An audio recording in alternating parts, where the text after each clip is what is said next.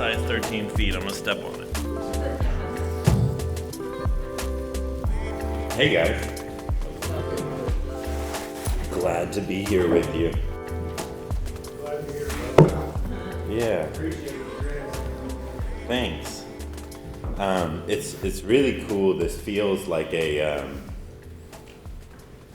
another generation of conversation. You know, these are Kobe, Wendy, and Ben. They're all incredible, smart, intelligent, talented farmers in their own right. But I also had the opportunity to teach them and to hear like their successes and the places they've gone in teaching, and it's really cool for me. It's kind of surreal. So yeah, excited to talk about philosophy. I don't get to talk about it much.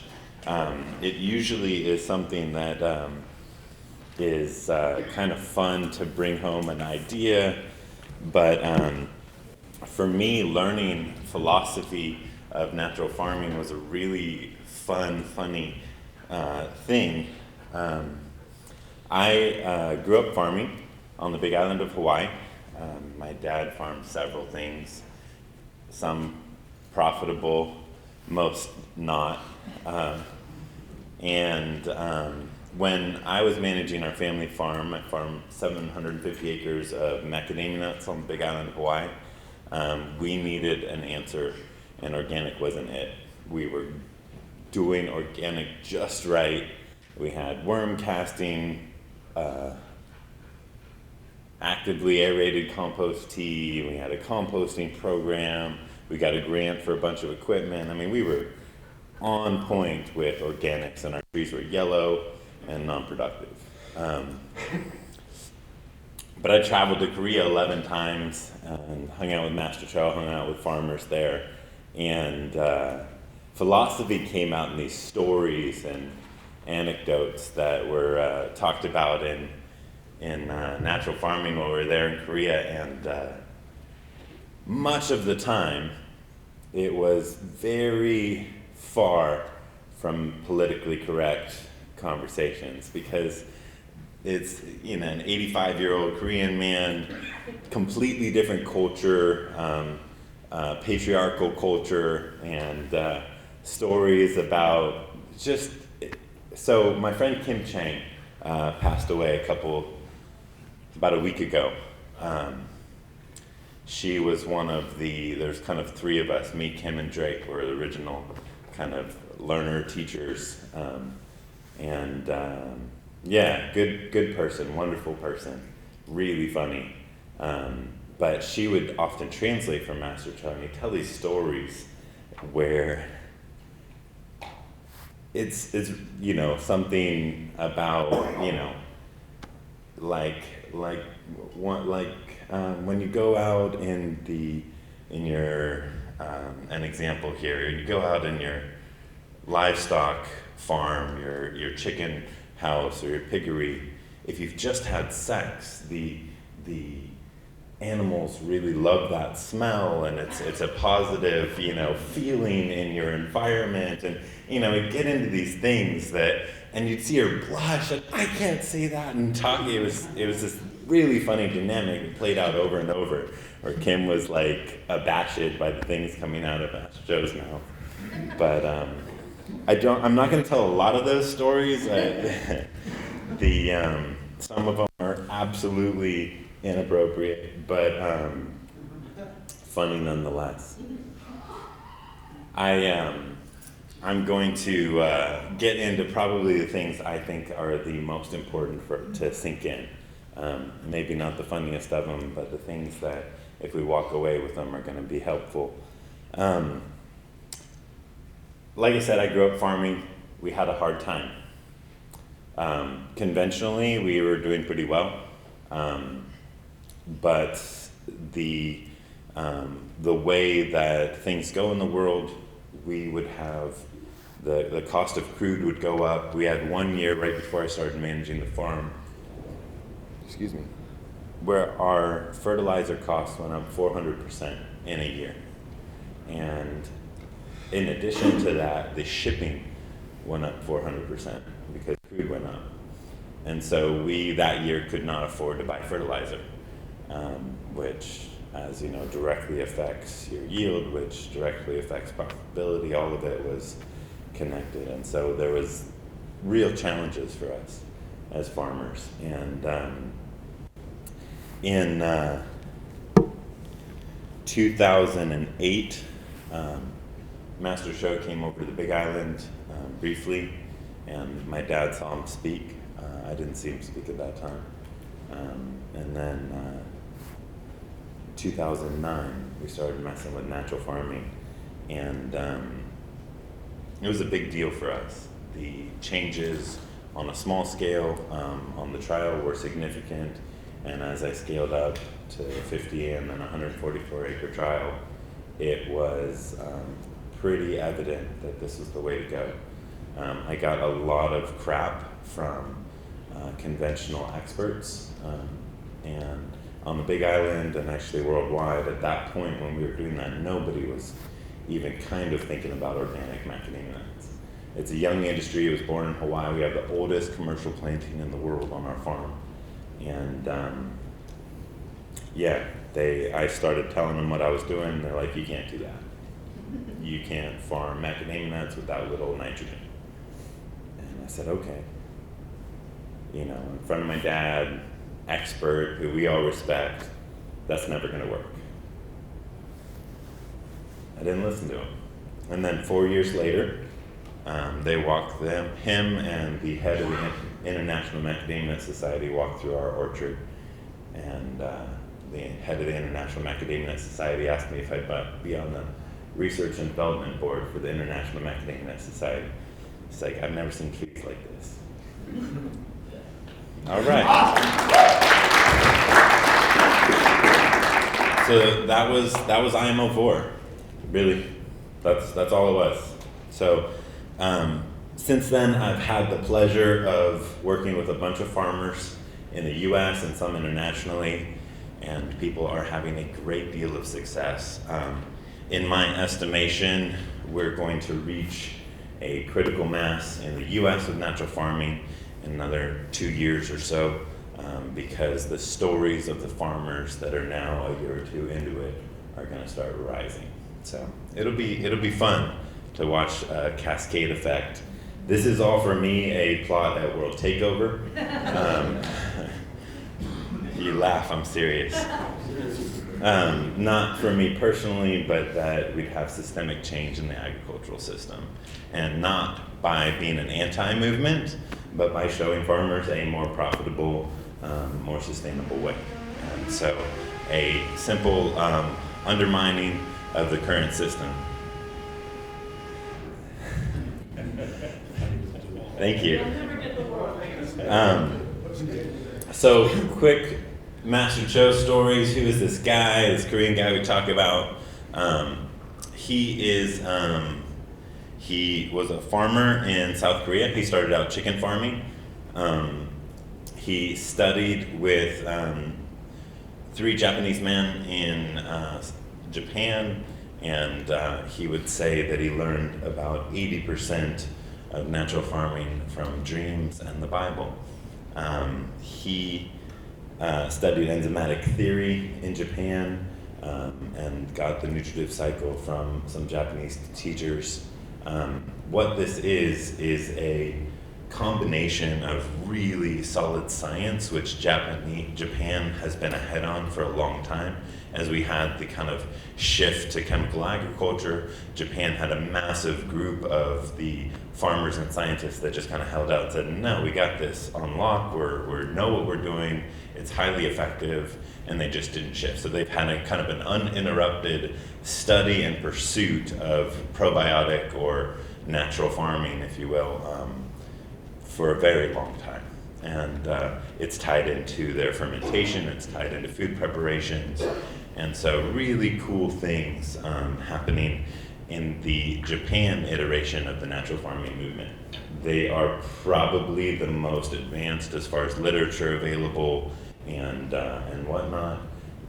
I've met a lot of them, and wonderful people, but doing great work over there. So Master Cho studied over there, started teaching in South Korea. Korean War happened. Everybody was hunting for communists, and his come together as farmers, let's make inputs together and share them amongst ourselves, flagged some communist hunters, and he was beat to death, carried out in a body bag, and sat up. So Master Cho didn't have any front teeth. He traveled the world after that as kind of a refugee or a political refugee, and spoke in India and Thailand and all these different places that he went. Japan, Taiwan, all have sprung up with wonderful natural farming programs, and you can kind of search natural farming in those countries and find really cool things happening. He came to the US and taught a 5-day class in 2010 or 11, and that was pretty game-changing for us on our farm. My brothers now manage the farm. They're doing a great job, and we are experiencing the life of the soil continuing, and very little natural farming is done right now. They're just kind of reaping the benefits of the soil that's come to life, which was for me a theory that would be potential, especially with an orchard crop, kind of long, deep, where once established, and we did it for many years, that we don't need to do it anymore. It's just cycling now, and we live in a beautiful place. We get lots of rain, so we have a lot of gifts from nature.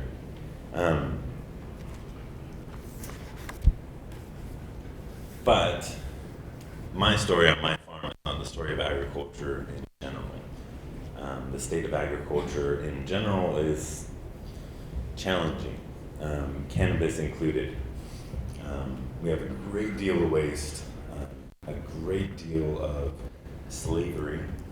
Farmers are some of the biggest population of slaves in the world.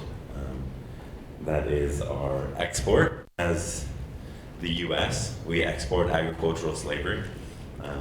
When a nation is under duress and in starvation or crop failure, we set out a bid, and one of our big ag companies takes the bid, and they go over, they make arrangements and agreements with the heads of state in the countries they're going to, elbows and knuckles and handshakes, and then they teach the farmers, and they generously give them seeds and fertilizer and experts, and they teach them how to use it all. Torch their land with the herbicides, give them our whole agricultural system, gets them established, they start being productive, and then we say, great, the aid is over. Now we have great agreements with your government to bring in our products, and we'll sell it to you at a very reasonable rate. And they find the margin where the farmer can make a living and buy their products. And then they can change those numbers whenever they want, as long as they're paying the government. And we now have a nation of agricultural slaves, just like we have in the US. You can look into, if you want to learn more about that, I think there's a really good documentary on Tyson chicken. It will turn your stomach, it's kind of gross how humans treat humans. But the only reason I bring that up is not to make us depressed. I felt the air in the room just kind of...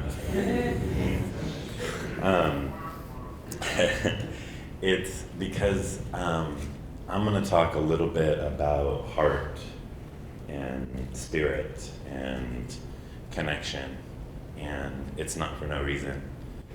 If it's just a numbers thing only, if there's none of the other parts that we are as humans, then yeah, we have a pretty one-dimensional conversation talking about philosophy, but it's not. I come from large-scale production ag. I'm not anti-profits, I'm not anti-bottom line. I'm probably more for it than most regenerative people. I talk about it and people are like, you're just about the profits. I'm like, no, it's just it has to make sense. It has to be profitable or it's not sustainable. My view of sustainability, 3 generations on your farm can sustain, make a living. That's sustainability. That means that this continues forward into the future. And that's really, really possible. Natural farming is a movement. Actually, real quick, I just want to nod to one other person. I mentioned Kim Chang, and I want to mention this guy, Dr. Hoon Park. There was he's a pediatrician. He practiced medicine for 40 years on the Big Island, family practice. And he's Korean American, about that tall, and sweet man. He watched in the course of his career medicine, drugs get better and better and better. And he watched human health on equal curve going in decline. So he had more tools available, better effective medicines, and yet people were getting sicker and sicker and sicker in the course of his career. And so he took it on himself to say, what's wrong and what's the answer? Just a pediatrician that decided he wanted to change what he was seeing. He wanted to be a better doctor. And so he went to South Korea, where he is from.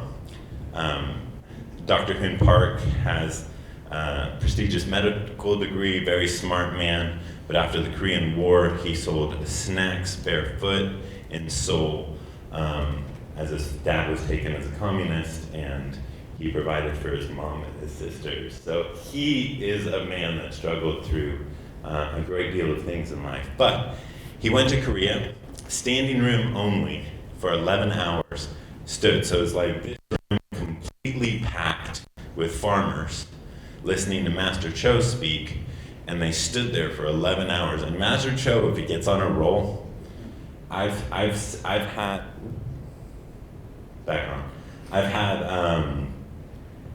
times where we're sitting there and we started at like 8 and it's now 11 o'clock at night. Dude is full tilt teaching us about natural farming, and the translators are like fading, and he's 85. He's like, why are you guys tired? I'm like, I gotta eat what you eat. But Hoon Park listened to him speak, and he realized it's food, that we don't have what we used to. And Dr. Hoon Park came and taught free classes about natural farming. That was the first time I attended a natural farming seminar. Came and heard Dr. Park speak, and he's a pediatrician trying to explain agriculture, and people are heckling him. He's talking about transplanting trees in a natural farming way, and these tree farmers are yelling at him. I'm just like, there was something to it for me. I'm like, because I'm asking these questions. We're failing as an organic. Our conventional is becoming unsustainable. And he's saying something, I'm like, wait a second. He's getting heckled, but there's something here, but he doesn't have my answers. And then Master Cho, actually, his first seminar was in my small town in North Kohala. 40 minutes to the nearest stoplight was where this landed, so I got some gifts. Natural farming, let's get into philosophy. Natural farming is a movement to produce food like nature originally provided. So, our food has become low quality, of poor quality. I know that, you know that, but it wasn't always like this. This is how it is for our generation. My kids know nothing different. But I know that if I go to McDonald's and I order just a bun, that nothing that's going to help me get through my day is going to happen there, right? And I can, and like, that seemed like, go back 2 generations, that seems crazy. 3 generations, that we would have food, I travel a bit, and I was walking through the gas station, I'm going down the aisles looking at all this food, and I'm like, wow, this is not good for me. Like nothing here will help my body like grow towards health, you know? It'll help my body grow, but not towards health. So natural farming is about a food that is like medicine. The focus on profits, that is the basis of conventional agriculture. Again, I'm not down with farmers using conventional agriculture. I mean, I'm not like down on them. I'm not anti. Farmers generally are conscientious people that are trying to do the best they can with what they have. And we threw out Grandpa's knowledge 3 generations ago and adopted a better way to do things, where we can just throw on the things prescribed by our local, what do they call it, resource agent? No. Extension agent, thank you. And we've just forgotten. So I speak about the state of things, but I'm not down on farmers trying their best, or any of you guys with using the tools you have to make your income. So that is not, we had a great profit margin from glyphosate. We had 10-foot herbicide strips right under where our trees would drop their nuts. And that saved us so much money on mowing. It was the difference. It was the profitability difference. And now we produce the same amount. We hired another guy to mow, or 2 guys to mow, and we have better income doing natural farming. So we made more money in the first 4 years switching over to all organic using natural farming than we did in the 28 years previous combined. So this was a bottom line thing for us. Now, there's more information there. We were not very profitable at all in the 28 years previous. So it was, but yeah. In Pigeon, we describe a natural farming philosophy as this: use what get, which means, and is a natural farming philosophy to say, use what nature provides you, use what is around and free. So a lot of natural farming inputs are based on sustainable resources, weeds turned into fertilizer, the waste and byproducts of different industries turned into fertilizer, and not just kind of poor quality fertilizer, but premium, top quality fertilizer. And so natural farming is a sovereignty for farmers movement. It is, there's nothing wrong with buying things, and there's great organizations that produce products to purchase, and farmers are very busy, so we're always going to need those products, and that's all right.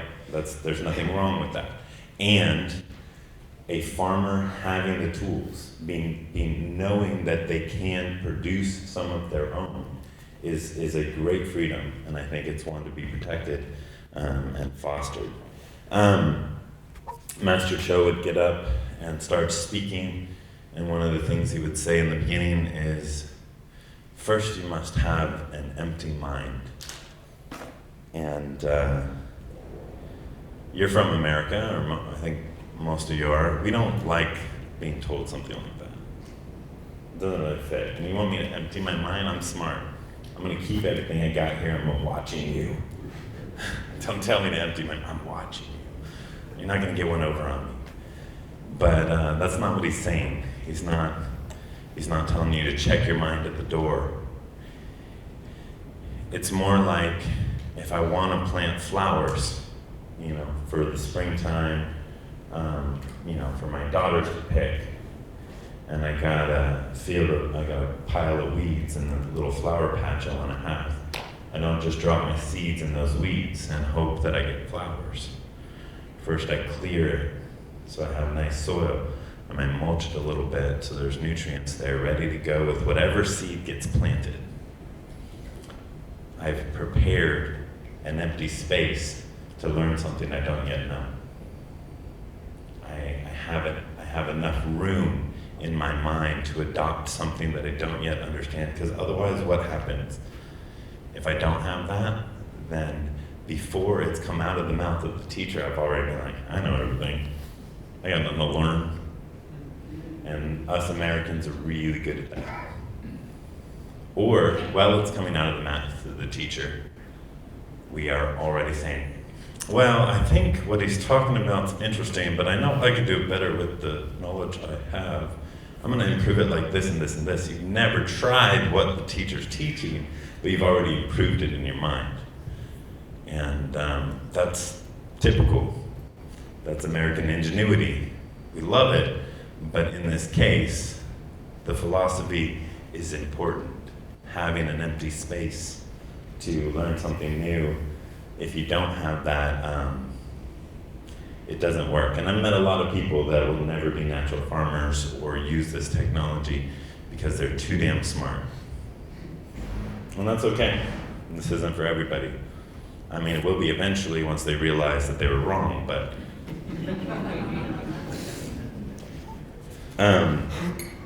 so we've emptied our mind, prepared the space. Who's our teacher? Nature's our teacher. This is how this goes. What we're doing is coming in alignment, coming into partnership with natural law. We're learning from nature. And I tell you what, I have learned from a few wonderful teachers. Elaine Ingham taught me the microscope. So in my small town, in a year period, Master Cho came and taught his first 5-day intensive, and that same calendar year, or within 12 months, Elaine came and taught her microscope class and microbiology class. And so I always say, if Master Cho had fungal to bacterial ratio concepts and Elaine Ingham had IMO2, they would have both done a lot better. But Elaine's adopted, so I talk about inoculum to her then, and she's like, no.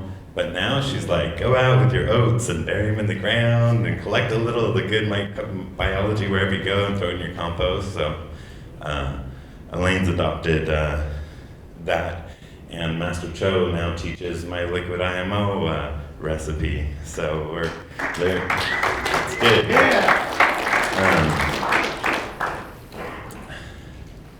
Fungus.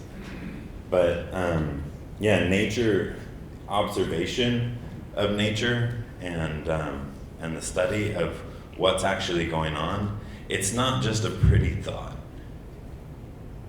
It is an incredible teacher. Greatest scientists before we had our current iteration of academia were farmers.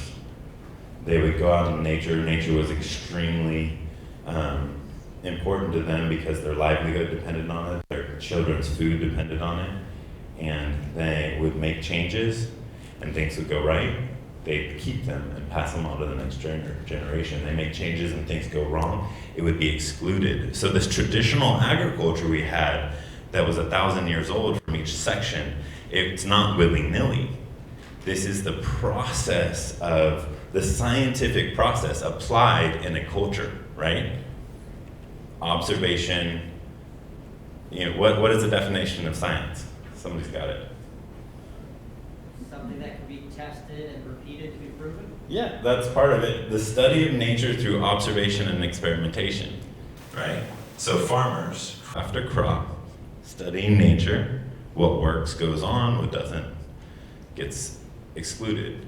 And so now you have a curated version of how nature works in agriculture in each culture. So these traditional bits of agriculture, they're not just, oh, that's nice stories. Generally, it's solid science applied over tons of replicated trials in a community. And so you have all these bits and pieces of traditional ag, you put them together and they're very similar. Why? Because there's one teacher, nature. If it works with nature, it continues. If not, it gets cut, because farmers aren't going to do things that lose them money, lose them profits, lose them productivity, generally speaking. And we are using, never mind. Enjoying the process is a core natural farming principle. Seems kind of simple, but farmers' children aren't farming. Right, David? No, they're not. They did for a couple of years. And then, They're like, Dad's not making any, Mom's not making any money. We're using all these toxic chemicals, and the workers wearing hazmat suits. There is no connection to life on the farm in conventional ag. We don't see ourselves in it. We're not identifying with and connected to land. And therefore we are losing interested people in the next generation. And that isn't necessarily the representative of this room. You guys are awesome, and a bunch of young minds and motivated people, and so I applaud you. But this is not the state of agriculture. And so enjoy the process is huge, because I can learn something that's challenging in natural farming and have fun with my friends doing it, and all of a sudden, even though there's a little, sting in learning something new, I'm having fun and advancing my farm. We'll get into that in a minute, the connection point on enjoying the process, as we get into some of the kind of 4 core principles of natural farming. But another encouragement or part of natural farming is that we have healthy relationships with those around us, that we live in harmony with everything around us. And so that's your farm, your animals, and the people you're interacting with. And so this is a farming philosophy that's actually informing and kind of entering into your personality, your social, aspects. And I'll tell you what, we're going to get more and more into it, but natural farming philosophy doesn't give you a pass to be just farming and also doing life separately. It's that your life is properly represented in your farm. I'm getting more. Give me a second.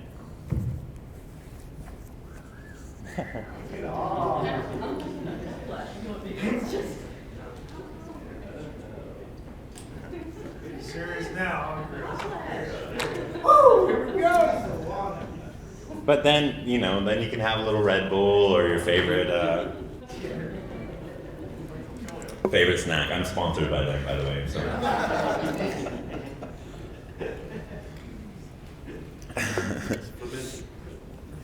Yeah, I pre-ferment my Red Bull before I drink it.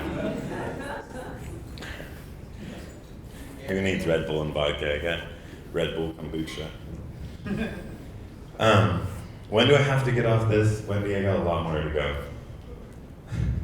Well, nobody really wants to eat lunch, right? Just kidding. It's like 1, is that? 1 o'clock. Okay, thank you. I traveled across the country for you, brother. Okay.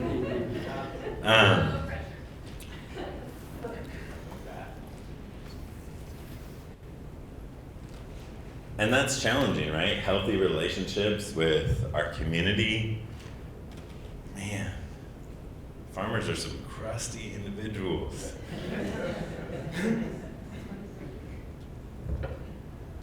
But do you want to go through life grumpy and mad? Grumpy and mad farmer make happy pigs? Happy chickens? Happy cannabis plants? No, it's that, we have in science tested and studied the electromagnetic field of human beings.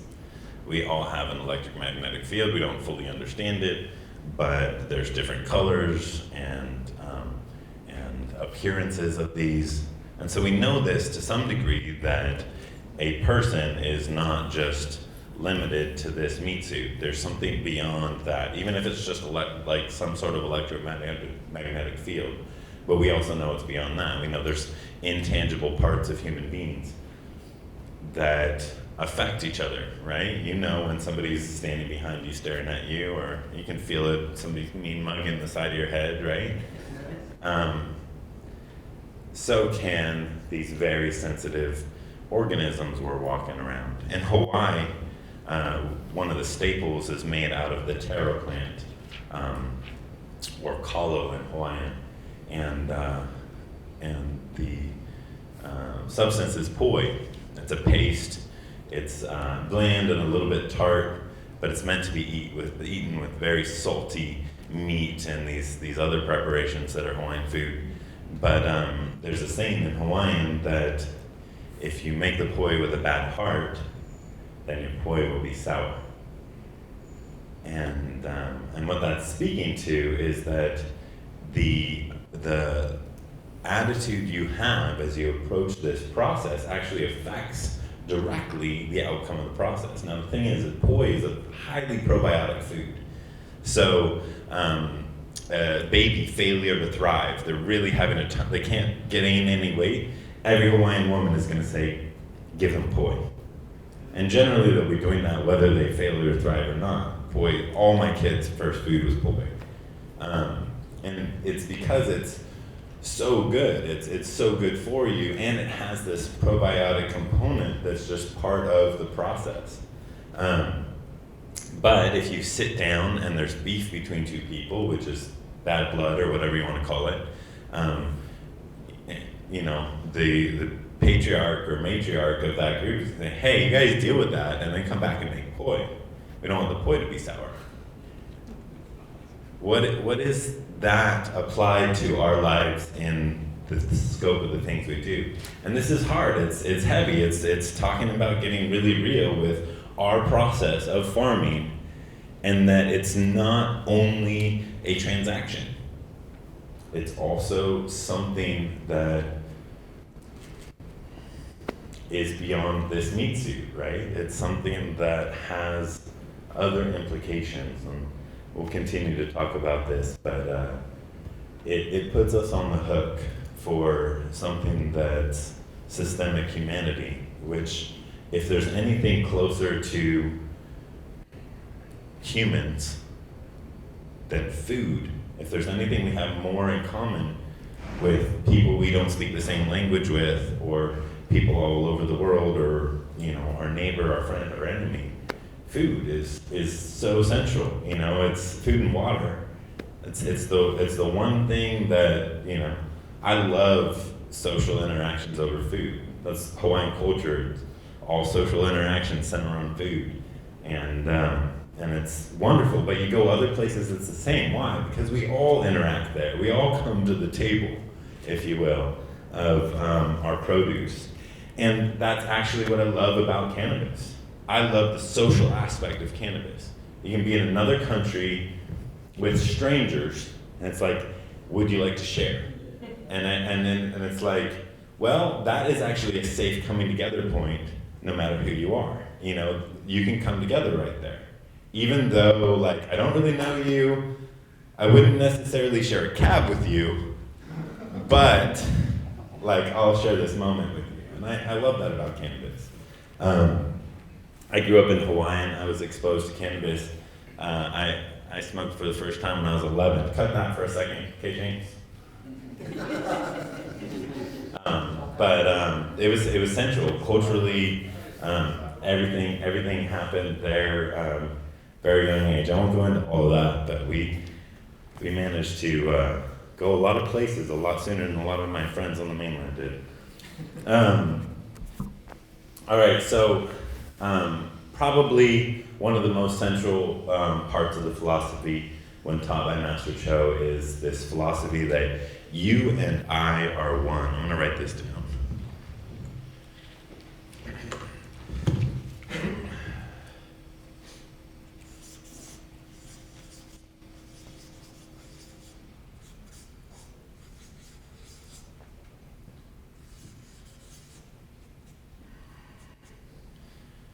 And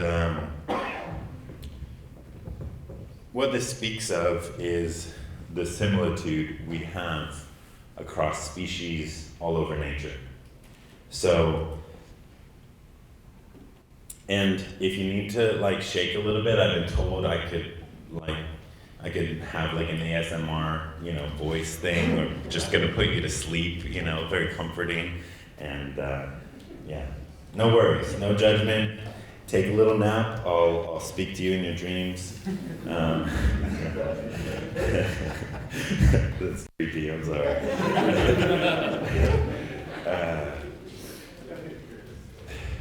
So we are made up of life, or spirit, and flesh. We know. Wherever you are and believing in anything, we know to some degree as humans that it's not just our fingernails and our hair and our vocal cords that make us up. There's something that goes beyond this meat suit. And so in natural farming, we're talking to this. And so there's life spirit, which is breath. The spirit is breath and blood and water. And then there's flesh, which is like earth and rain. And the microbes, the humans, and the earth are all very similar, and or the macro beings and the earth are all very similar. The earth is 70-ish% water. Microbes are 80-ish% water. We're somewhere in there about the same, so are plants and animals. We have the same components. Our blood is seawater. Plants' blood is seawater. The ocean is covers the earth. We're this makeup of this same components of the things that go in our body, unless the things that are going in our body have been brewed up in a chemical lab, right? That's the one time we're moving away from the plants and animals and earth. And so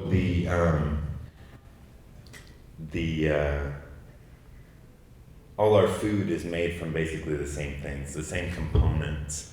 And so that healthy aspect, as we move as farmers through this space, or making food or medicine, is that what we're doing is participating in this law, this theory, this similitude that we have with everything around us.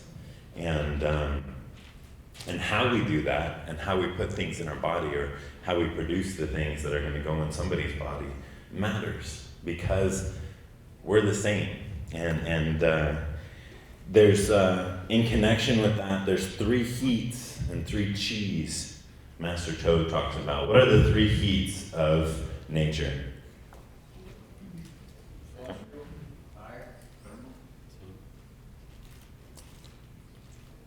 Think really simple. We're heat sources. What are the 3 heat sources? Sun. All right, we got it. What? Love, electric. Love, you got it. Earth. Yeah, who said Earth? Absolutely. So we got celestial, the sun. Terrestrial, we got the core of the earth, right? Magma. And Biological? yeah, we'll call it love. Passion. Fermentation. The heat of the honeymoon sweet. Love. So put the food together and apply action of an organism, and you have heat, right? And so the heat of a compost pile isn't necessarily celestial or magma. It's a heat of consumption, of converting the materials of the planet or the sources of food into heat or energy.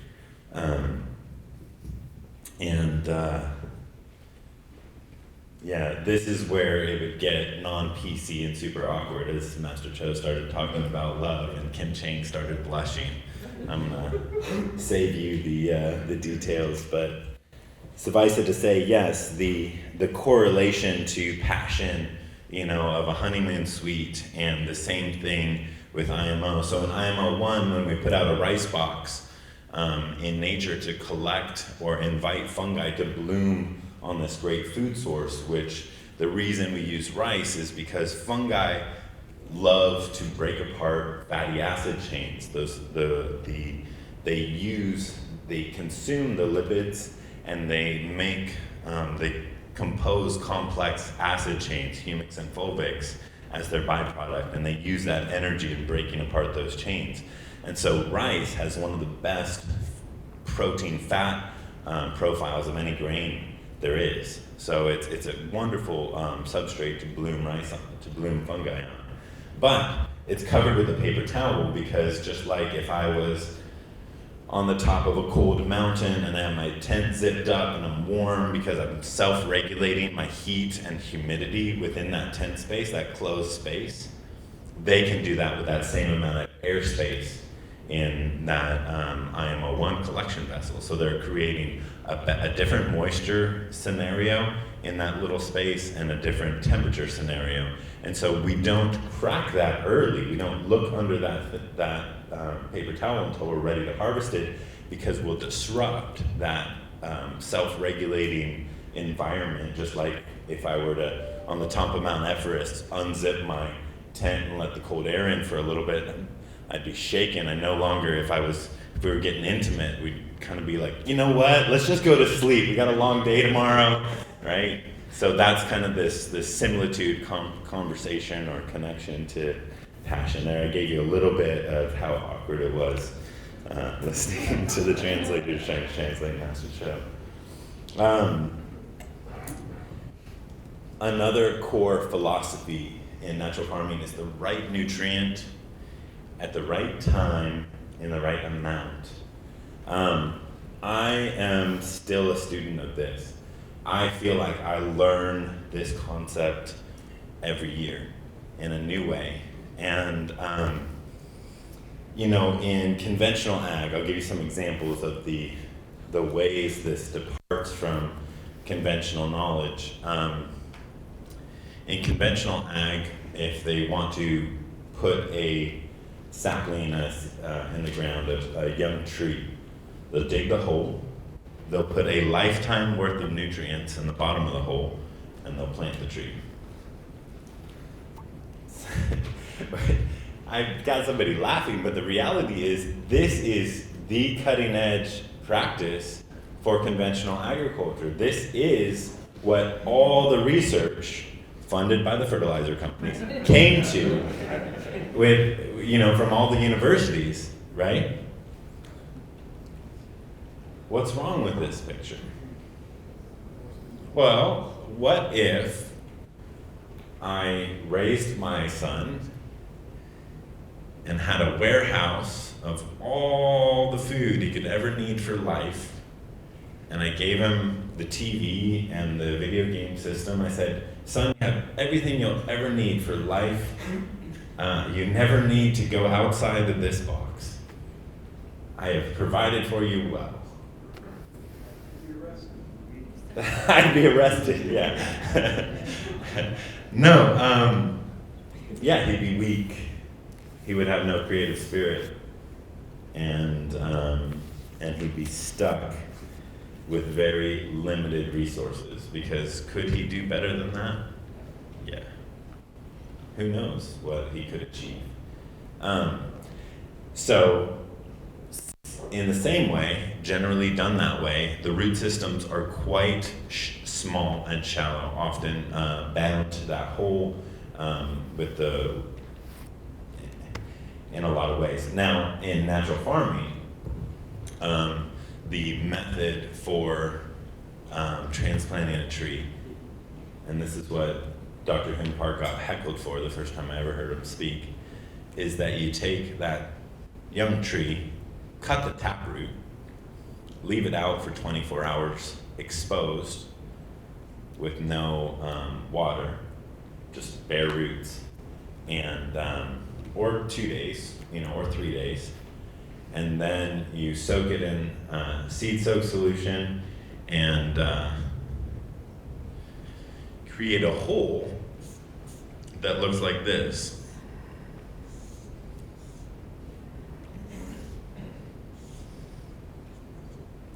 Where you only really dig out around the cone, And so now I take this seedling, and I cut the tap roots, and I splay out the feeder roots around that cone after I've soaked it in seed soak solution, and I let it grow like that. Now,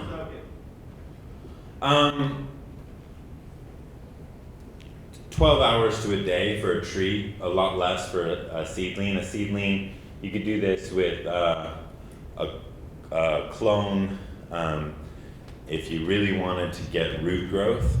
And this is another reason I'm learning this all the time, or right nutrients at the right time. I'll get more into it, but the idea of taking your prized clone that you've just cared for and gotten to this nice full root stage, and taking it out of its planting material and letting it sit without water for half a day or a day, and then soaking it in SES and transplanting sounds like a pretty terrible idea, right?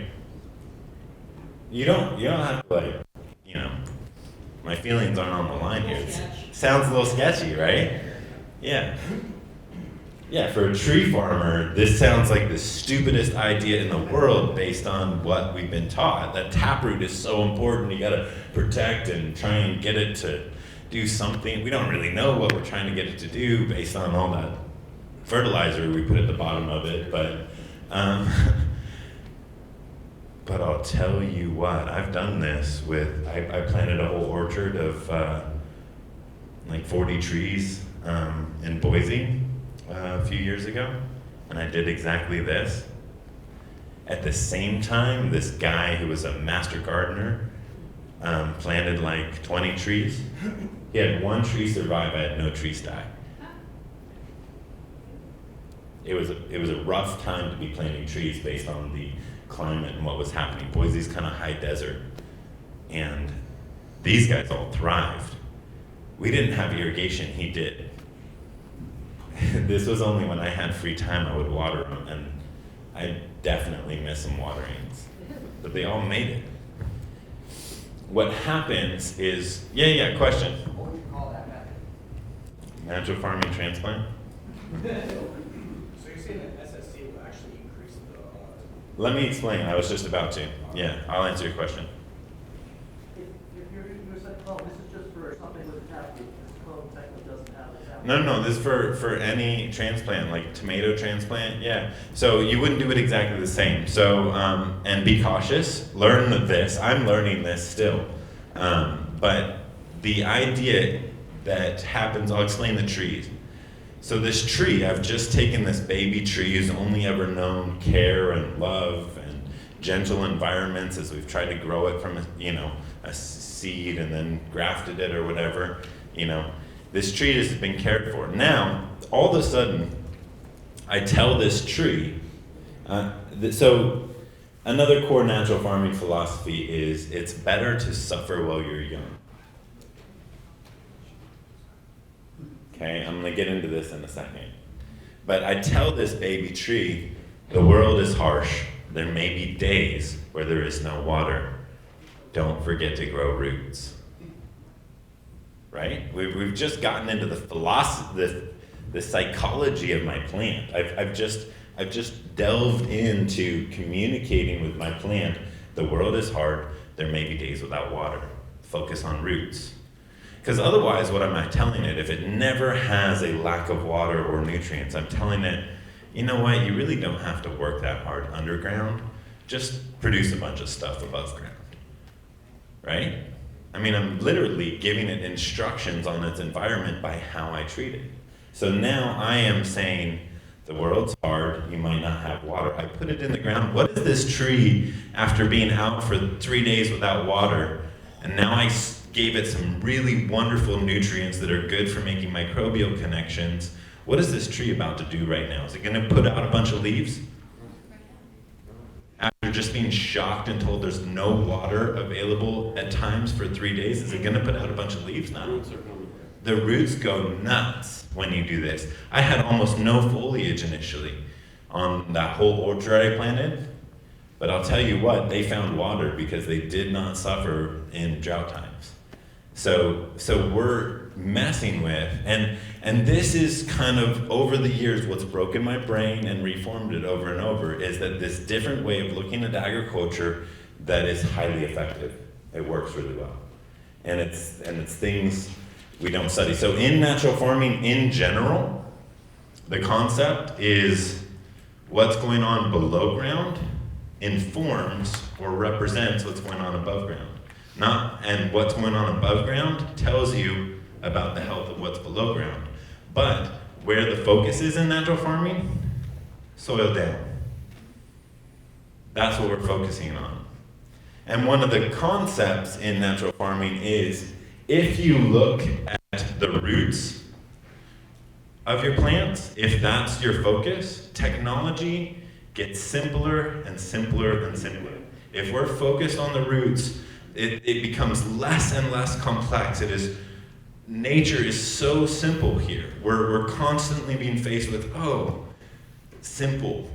Do it the way nature does it. If we focus on the foliage and we're trying to fix the things wrong with the foliage, it gets more complex and it creeps towards more and greater complexity because we're always chasing something, trying to balance, trying to keep all our pots or spinning or plates spinning, whatever this thing is. And then if you focus on the individual chemical components, the complexity goes exponential. We always are chasing these details. But where's nature doing work? A lot of it's right here. Some happens in the canopy, we'll talk about this in a second. But it's better to, How would you apply that to a clone cube? Oh, like a clone. So you're not going to leave it outside as long. You cut a V into it, or? No, you wouldn't bother with the taproot with the clone because you don't have much this. I mean, you could trim the taproot, nothing wrong with that, and you could do this whole thing. I have not done that with cannabis clone, and I don't know that anybody in this room has. So it would be an experiment. So approach with caution, right? But yes. I have for years. He has for years. Tell us your story. There's a guy that had a deep water culture like years ago when undercurrents first started, and in his he posted everything he did, and he trimmed his taproots and made his clones really big to put in the undercurrent, and he didn't veg for very long because it's one of the advantages to having that system, but he made sure that the roots were very plentiful before transplanting out of it, and I just picked it up from there. Okay, but not not putting them out to dry for like a day or anything. Definitely trimming the tap roots. To promote feeder roots. Yes. Yeah. And generally that works across plants. I have messed with trimming tomato, but I haven't done much with small clones or younger plants, putting them out to dry for any time. So that is an experiment you could play with. This is encouraged across different crops, that you can let the roots of the plant dry or experience dryness before transplant. And then right before transplant, what you soak them in is SES. I have a YouTube video on how to make SES, and it's just seed soak solution. There has been some cool trials with SES. Wendy will probably mention it in your talk, and yeah, so you get to hear more about that. But AJ. Yeah, I did it just for people's sake. I'm new to it, but did what he's talking about with some rose bushes. I sent you a picture of that. For a buddy of mine, his old lady, they wanted to save some bushes that they planted. So we dug them up, set them out, kept them covered, kept them cool, and then did everything. It's nighttime, but soaked them in SES, and they thrive through some pretty nasty heat. And we had the crazy cold, and they're pumping right now. And that was just this summer. And I learned that, in the summer. Yeah, applied immediately. That's awesome. Thank you, AJ. Yeah, so it worked for rose bushes for him. Yeah, you had a question right there. That's showing you do that when you dig your hole down, you're leaving like a mound in the middle of it? Yeah, so instead of making it all this soft soil, it's leaving it unaffected. And again, we're talking to the feeder roots, we're talking to the plants saying, hey, focus here. You know, develop all your roots, not just, yeah. Because without the taproot, they're going to be hungry for water. And so they're going, I need to seek water, I need to grow roots. So now they're going to start growing that taproot again, but it's now behind, it's not giving them much, so they're going to grow all their roots. You're right, because I was just dropping like a cube into like a pod, so if I open it up like that, now it's gonna, instead of just trying to work off that one little thing, now it's got a much bigger surface area. Yeah, instead of making a little hole and pushing all your roots down into that hole, yeah, you're encouraging it to spread out and grow. Was there another question? Yes, I just wanted to say, after you taught me about STS and roots and stuff, now my tomato production, what I do is I'm not taking the roots out, I'm not taking the soil off like we did with the trees, but I let it dry down. It looks like it's going to be perma-wilt almost. Like it's almost there. And then I soak it heavy with STS, plant it out in the field, and then 2 weeks later hit it with liquid IMO. And I've been doing that for 3 years now. And those tomatoes thrive. The finest tomatoes I've ever grown. Finest tomatoes you ever grown. Never going back with one. All right, so let me I just dried it down, and I've done that with cannabis too. I'm not gonna talk about cannabis too much, but the same thing. so My let me 4-inch pot, I let it dry. let me explain what he just said back to you. He is making his plant look almost desiccated. Okay, this plant, like, here's your baby. You've just cared for your seedlings, your young plants. They're your hopes and dreams for the production year. And now you're letting them dry down for 2-3 days, so they're looking wilted.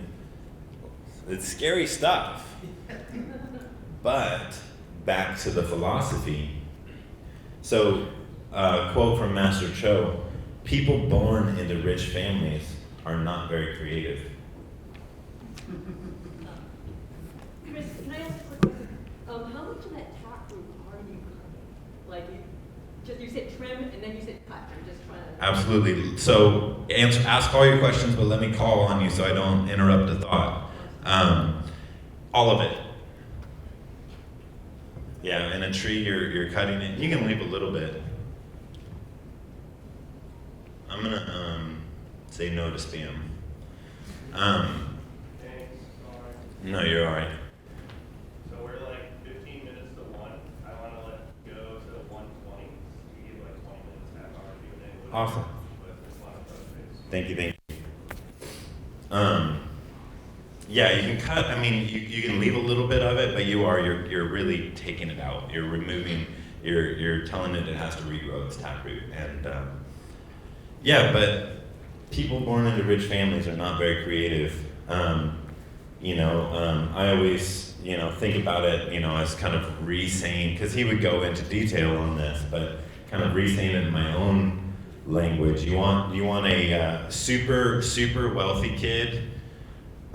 You gonna bet on him when the apocalypse comes, or are you gonna bet on the kid that grew up in the street without parents?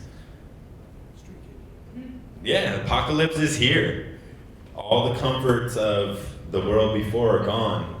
Who's gonna make it? And this is the philosophy. Again, you and I are one, that we are similar to plants, that we have the same experience.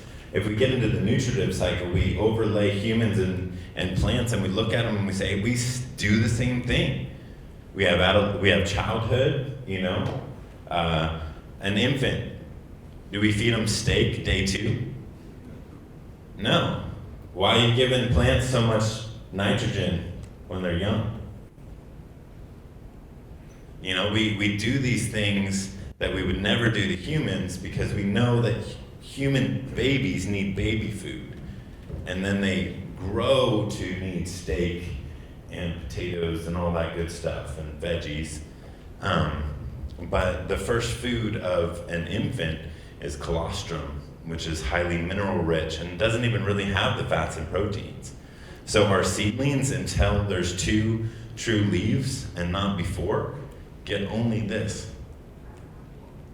Never anything more. We don't put tons of fertilizer in their media because that can affect their entire trajectory of life if they're overfed as an infant. And I'll tell you right now, You want to run side-by-side trials? This is a great place to start. You want to learn that natural farming has some effective philosophy? Try feed a baby plant all the food you can feed it, and then try feed a plant just SES until it's past 2 true leaves, and watch just that. Do everything else the same after that. Watch their production for life. It's bonkers. These trials we've run, it's way more effect than you would think possible on how their early development affects their whole trajectory. What kind of weights and yields you get based on plant psychology, pretty much. Hey, you know, you gotta work for food, you know, whatever. So, what's greater, wisdom or knowledge? Wisdom. All right, I'll tell a story. So, there was a Korean man, and there's 2 women that wanted to marry him. And he couldn't choose. So he came up with a competition. This is the more PC of the stories. He said, the one who makes me the better soup will be my wife. And you have to use 100 ingredients. I will decide in a few days when you make soup. And so the first woman goes out and she has a plan. She will, she goes to the market, and there is an eggplant that when it's past, it's almost past ripe, it's kind of on the edge of past ripe. They call it, in Korean, it translates to 5 eggplant, because it's like it's becoming something more, right? And so she gets this just about overripe eggplant, and she has 5 eggplant. And then she goes and she gets some veggies and peppers, and then goes to the place where they sell tofu. And she gets, again, it's this tofu that's on the edge of being sour. And they call it 30 tofu.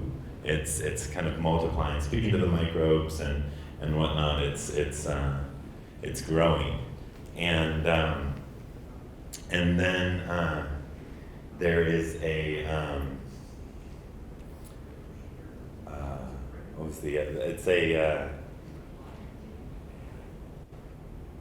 radishes. Again, kind of past their prime. A specific type of radish is considered a delicacy, and it was like 2 radish, and so she gets a multiplier there, and she gets some of her other ingredients, and she goes back to make stew. And then the second lady goes out and she searches for ingredients and picks her favorite ones to make her soup. And they both prepare their soup, and the man comes and they share their story, and they feed him soup. And he chooses the second woman. You're surprised by that.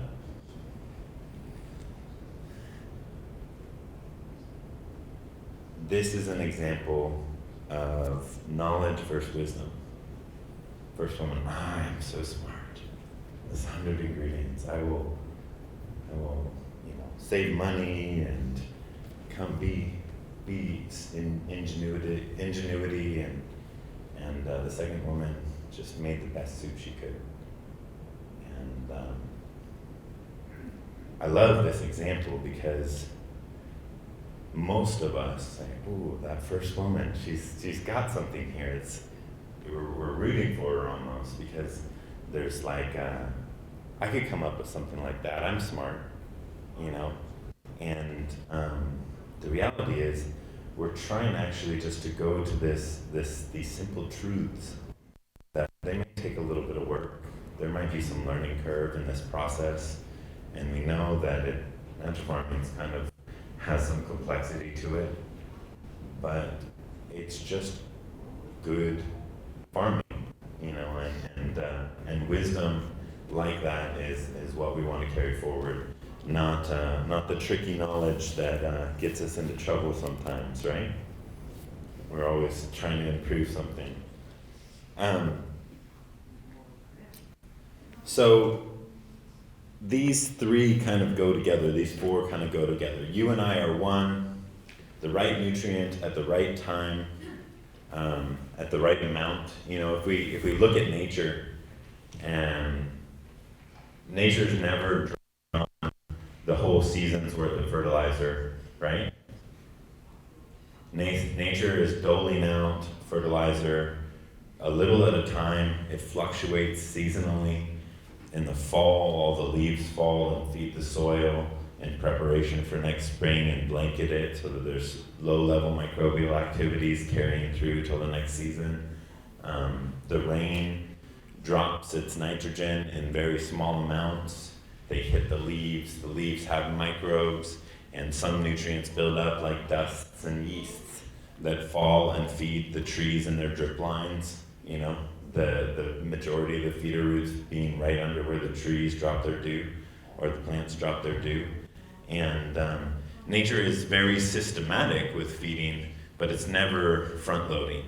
It's never a bulk amount. And so we look at nature when these productive trees, you ever seen a wild bush or tree or shrub that's highly productive?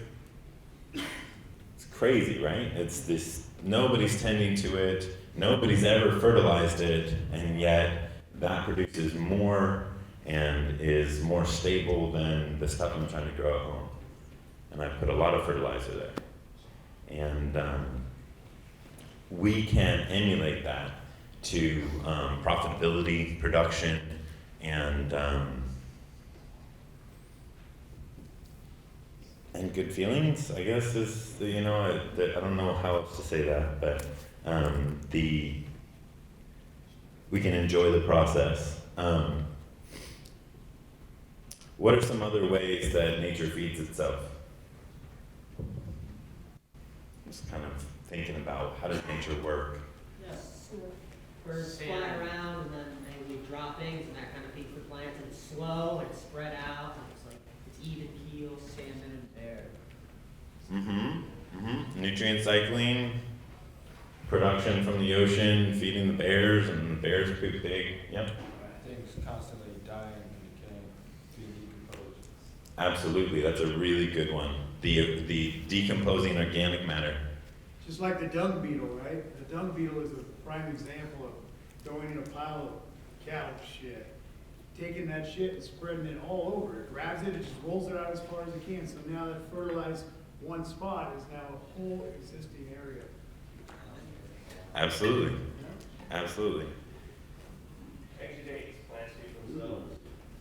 Plants feed themselves. So sun energy converted to food that then is converted to nutrient cycling of minerals in rock, sand, silt, and clay. Nature has an incredible way of feeding itself. Would pollination fall into that category? Yeah, to a degree. There's the movement of nutrients and especially enzymes. What is an enzyme? Enzyme is an organic molecule that facilitates a chemical change. So if the energy requirement to convert,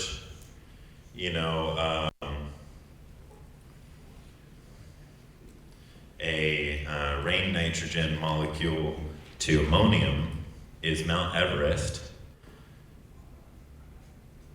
for a microbe to convert it to usable food, if that is the energy requirement, then insert enzyme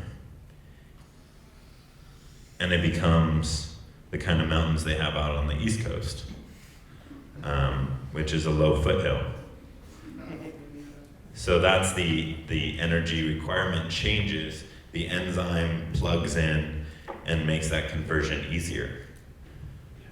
So we're putting in all this fertilizer, don't have microbial diversity with all their enzymes, and we're spending a lot to get the same result that we can get with less if we have enzymatic principles in play that nature provides.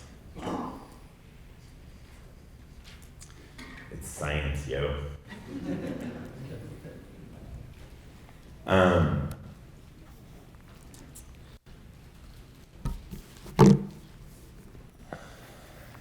We're going to have some questions and answers in a second here. Got a few more things to talk about.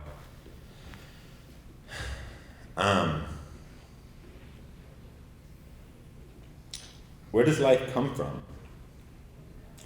Master Cho quote here for you. Is life the result of research, or is life the result of creation?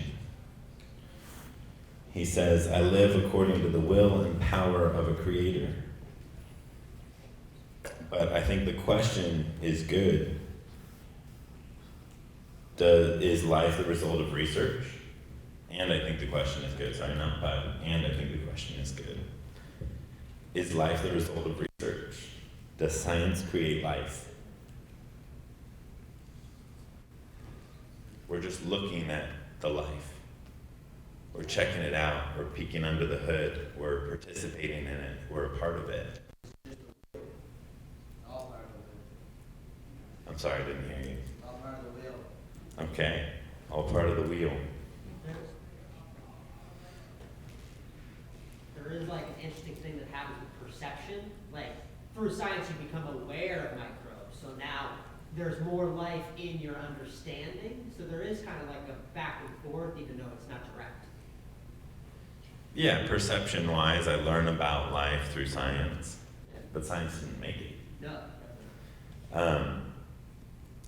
Yeah, again, these are the kind of these are conversations that then lead to places and get intertwined and come back, and it's like, wait, are we doing that? Are we able to do this because science? Science is like our lens. It's like all of nature is on that other wall, and I can bring my cup up to the wall and I can look all around at it. So here's my science, but that's already there. You know, whether I apply science to it or not, nature's already doing it. So we can understand it, we can seek to understand it, but the reality is we are copying, learning from, and emulating life. And that's where this strength can come in with natural farming, that we get better at doing it, that we get better at farming as a result of looking. And I generally teach the practical. This is how you do it. Just go and get into it. I think I'm doing 5 classes this year, potentially. I'm doing one in Paris and one in Ireland, and I'm doing 2 on the East. I'm doing one in Tennessee and one in Cape Cod with Mr. David DeWitt. Good to see you all there. You can ask David about it, but I've just set the dates. They're about to go up on my website. And that's where it's 5 days, drink from a fire hose. This is how you freaking do it. And a little bit of philosophy. I rarely have time for philosophy. So today we're talking about why, but really what I think is we are approaching life or death scenario. We need a change in food. What we got was in around 1952-ish, we had the whole total change in our food system. In influx of chemical agriculture because of the war, we had this huge war engine producing sodium nitrate for bombs, and we just started pitching it to farmers. It worked great. You take a living soil system and drop a bunch of 30-30-30 fertilizer on it, everything goes ballistic for a year. you just get crazy bumper crops. Then your diversity starts to die off and you get decreasing results every year following. Or 2 years or 3 years, depending on the battery of your organic matter and life. And that's what happened. And then we had the Dust Bowl, yada, yada, yada. We introduced pesticides and fungicides in 1952. And then we birthed the pharmaceutical industry because now everybody's sick and we need Big Pharma to save our lives. Rewind a little bit, and father taught son, mother taught daughter how to tend to the microbial life of their soil and be productive on their land, and smaller farms, etc. But this works for large farms. I was talking with my friend Kyle Schnell just yesterday. Actually, he's out in Colorado. We just missed each other. I flew out of there. But he's one of my clients that I helped convert his farm. And he is doing natural farming on 1,000 acres. Soy, corn, rye, and alfalfa. And so we can do this across the country on a large scale. We do need to learn different ways to scale it up for different crops.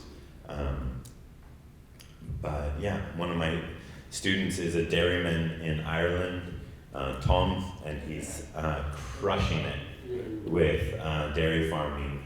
He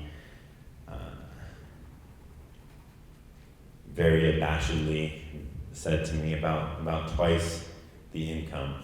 Now he's in year 3. And he's been written up in several Irish magazines. The news asked if they could come and do an article on him. He said, fuck off. And the Irish organics. And he said that only because, like, I'm not ready. I don't know what to, he's very, he's not very confident in himself, but his farm is amazing. And he's, the Irish organics is very interested in what he's doing, but he's also kind of like, hey, you guys want something, you just reach in my pocket, I'm not interested. This is changing farming in a really positive way, but the problem is, and what we're gonna run up against over and over, it's not profit driven. Natural farming doesn't make anybody but the farmer more money. So there's not a bunch of companies fostering the research. I can't get anybody to give me research money. There's not a bunch of marketing because there's not a bunch of products being sold. Sovereignty for farmers. So, but I think that Master Cho always said the farmer should drive the Mercedes, and the grocer should drive the Hyundai, or the people making money off the farmer should drive the Hyundai, and the farmer should drive the Mercedes. I was like, yeah, I like that. Another thing that was taught to me a great deal was let it spread, share this, and he said we should be like a dandelion, that when the wind comes and blows, the seeds go off, and the stalk doesn't even know where they went to. And so I've adopted that, and others have too. He said we can also be like a flower high on a hill, far away from everything. But if the aroma is very, very good, all the bees will come to it anyway. He said we should be like this and do what we do and do it well, so that all the scientists and researchers come and see what we're doing and serve us. And I like those thoughts. So sharing this and spreading it is a part of the philosophy. And I know personally that Master Cho did not get rich off of this technique that he developed. And he shared it anyway. He got a lot of crap for it over the years. All right, question for you. Can love be analyzed? Well, not really. But it is the force responsible for seeds spreading all over the world, right? Material can be analyzed. Spirit cannot be analyzed. But spirit is superior to material.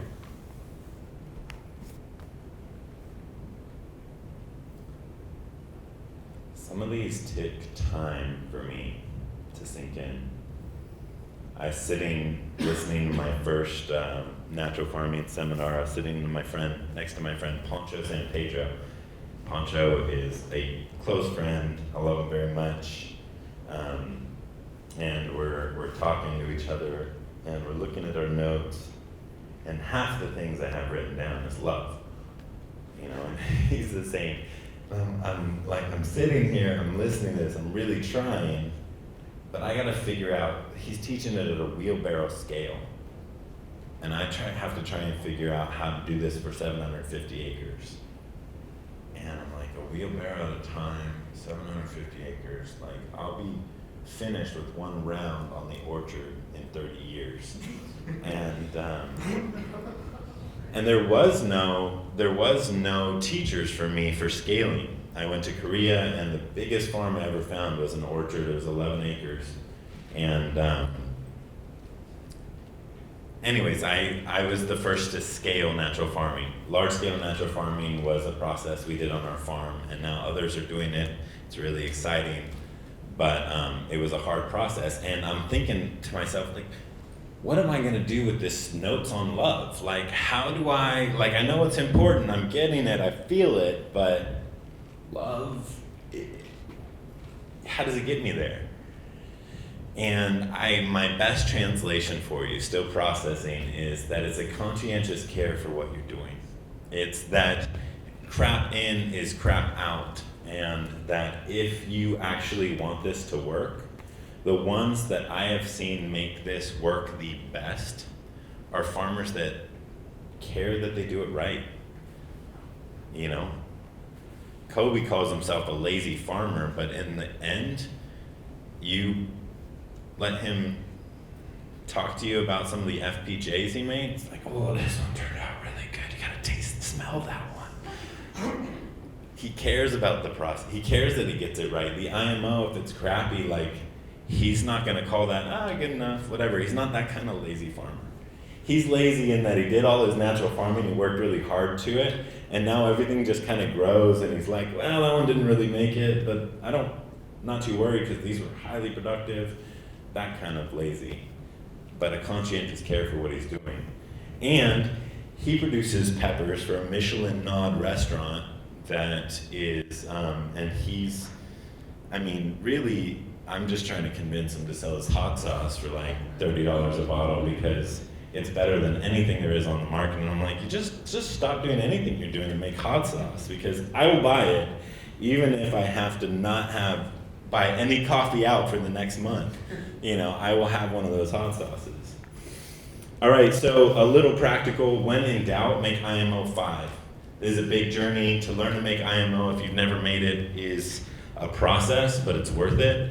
IMO 5 is amazing. I wanted to get into human natural farming and the gut biome and stuff like that, but I am out of time, and we have about 10 minutes for, maybe 7 minutes now for Q&A, so I'd love to answer some questions if you guys. Is there lunch? Yeah, no, we gotta eat. Not that interesting, yeah. I'm not sure if you have time to actually answer these questions. You can make recommendations or email over. No problem, yeah. I've watched a lot of your videos. I'm indoor, so there's nothing that I've really found that bring this to indoor. In my mind, I can see maybe it working from a raised bed style. Not doing, how about if you're doing a pot style where you're just trying to repurpose the soil? I can show you some pictures. Yeah, I got you. How do you do this? How do you take this concept, and a bunch of you probably indoor. Yeah. So I was just in Colorado. I am working some with a farm. I helped develop the soil there, and what we did is 4 foot wide by 3 foot deep raised beds. There's compost cloth on the bottom, kind of mesh, like fabric cloth to keep things from running out. And we did, I think 10 inches of rock, then sand, silt, and clay, and then compost, sand, silt, and clay, and then compost, and then a ton of IMO. I think we did like 3 inches all the way of IMO 4. And then, Well, you're IMO from the local. yeah, there was like 10, 20 collections, IMO 2 collections, and we made IMO 4, made like 20,000 pounds IMO 4. Yeah, this is a massive indoor facility, over 1,800 plants. Big old, I can show you pictures, but that's a year and a half now, and it crushes. And they're 10-year beds. So now the job is feed the microbes like crazy. So there's ballistic worms. I've never, ever in my life, no soil system, no old growth forest, no IMO, nothing have I seen more diverse activity than in those beds in that indoor facility. It's just crazy. We put time into it. And they're highly productive. And so then you're just, if you want to do like a sap analysis, some minor stuff, or right now they're doing their top dressing make bokashi out of the leftovers and just feed it, compost and feed it. The job after that is to feed balanced nutrients to the microbes so it's available to the plants. But I mean, no soil switching out for the last year and a half and a lot of production. They've now dialed it in. There's a great grower there. He's just leaving, this guy Aaron. I don't think he's on Instagram anymore.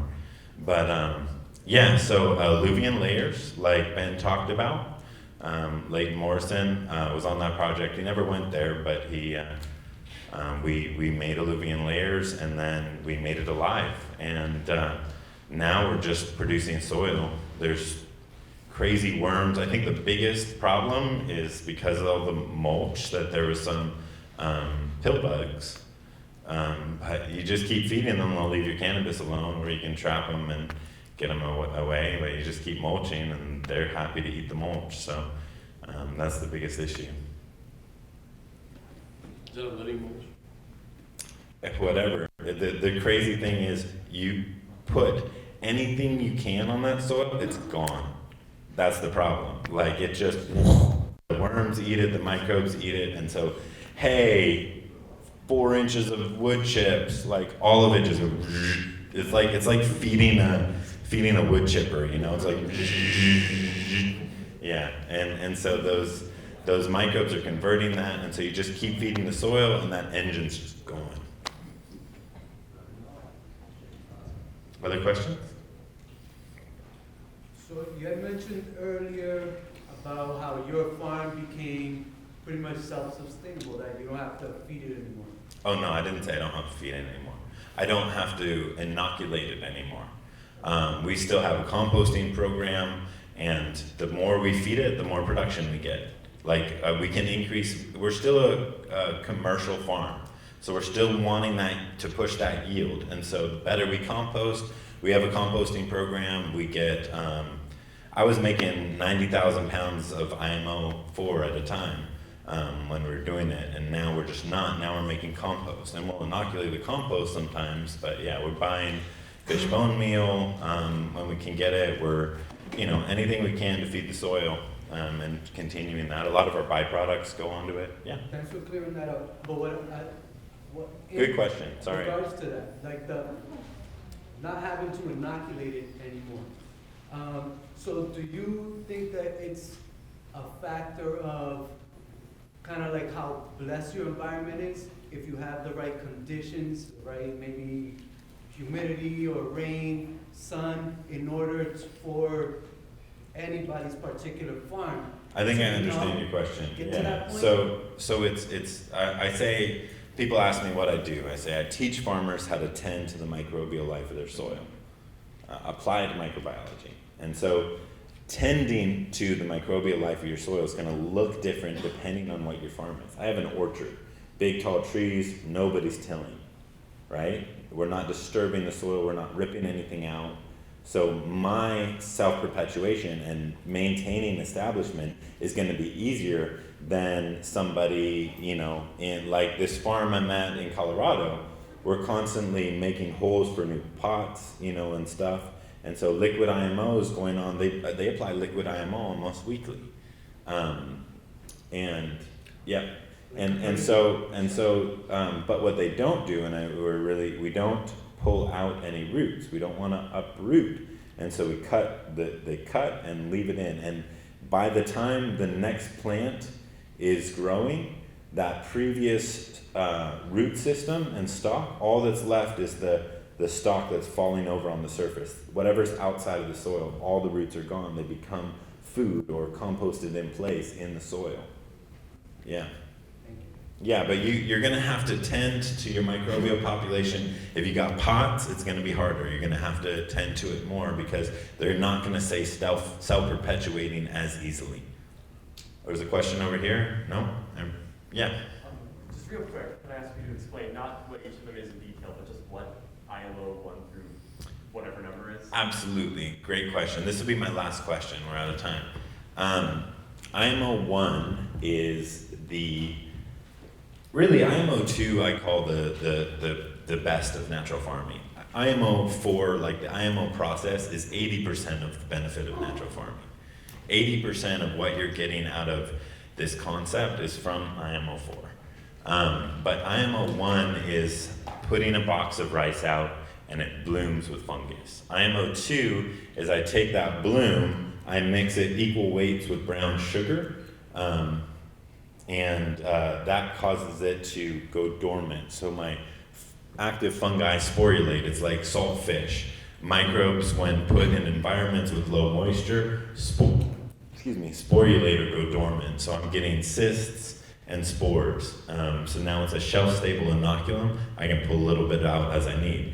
IMO 3 is I pull some of that IMO 2 out, I grow it out on a substrate, and I get it to multiply. And I can get from that few handfuls of material from a bunch of different collections, I can get thousands of pounds of material growing with that same inoculum growing through it.